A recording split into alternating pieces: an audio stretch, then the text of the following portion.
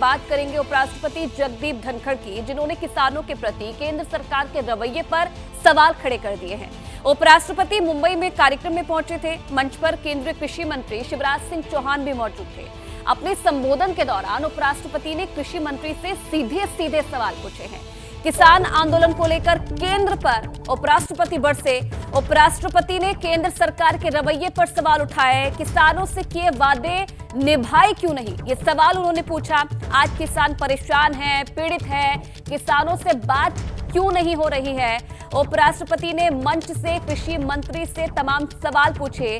वादा निभाने के लिए क्या किया जा रहा है और ये समय मेरे लिए कष्टदायक है जिस तरीके से किसान आंदोलन कर रहे हैं। पिछले साल भी आंदोलन था, इस साल भी आंदोलन है, काल चक्र घूम रहा है और हम कुछ नहीं कर रहे हैं। आंदोलन का सीमित आकलन करना भूल होगी। किसानों की आवाज दबाई नहीं जा सकती है। एक ही मंच पर मौजूद थे दोनों नेता।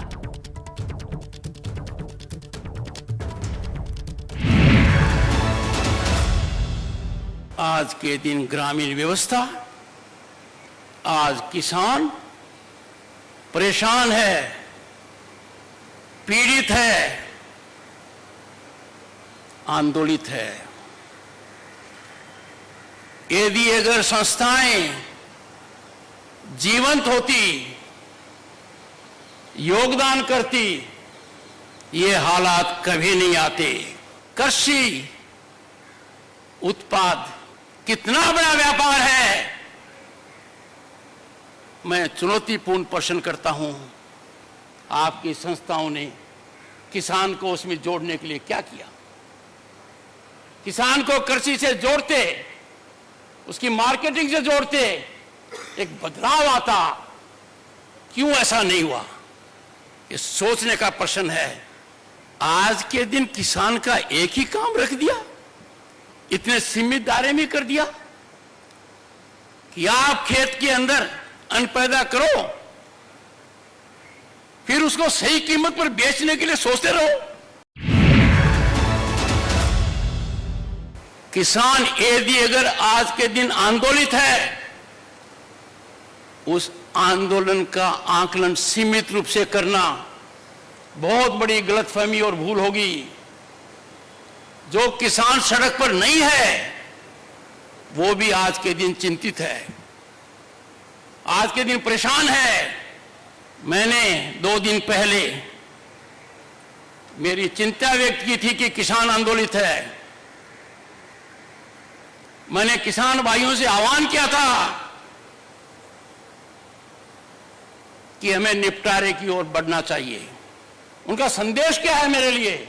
उनका संदेश है कि किसान के साथ जो वादा किया वो पूरा क्यों नहीं हुआ।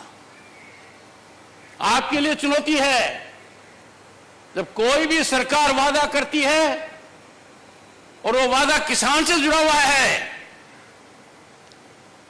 तो हमें कभी कोई कसर नहीं रखनी चाहिए। मुझे समझ में नहीं आ रहा, वार्ता क्यों नहीं हो रही है किसान से। प्रधानमंत्री जी का दुनिया को संदेश है, जटिल समस्याओं का निराकरण वार्ता से होता है। किसान से वार्ता अविलंब होनी चाहिए और हमें सबको जानकारी होनी चाहिए कि क्या किसान से कोई वादा किया गया था। माननीय कृषि मंत्री जी, आपसे पहले जो कृषि मंत्री जी थे, क्या उन्होंने लिखित में कोई वादा किया था? यदि वादा किया था तो उसका क्या हुआ? मैं खुद कृषक पुत्र हूं, मैं जानता हूं किसान क्या कुछ नहीं झेलता है और हमारा अन्नदाता है। क्या इस देश में 75 साल के बाद इतनी बड़ी बड़ी संस्थाएं हमने क्रिएट कर दी हैं और किसान आज भी अपने उत्पाद की कीमत के लिए तरस रहा है। I fail to understand why we cannot work out a formula in consultation with economists, think tanks, that we reward our farmers.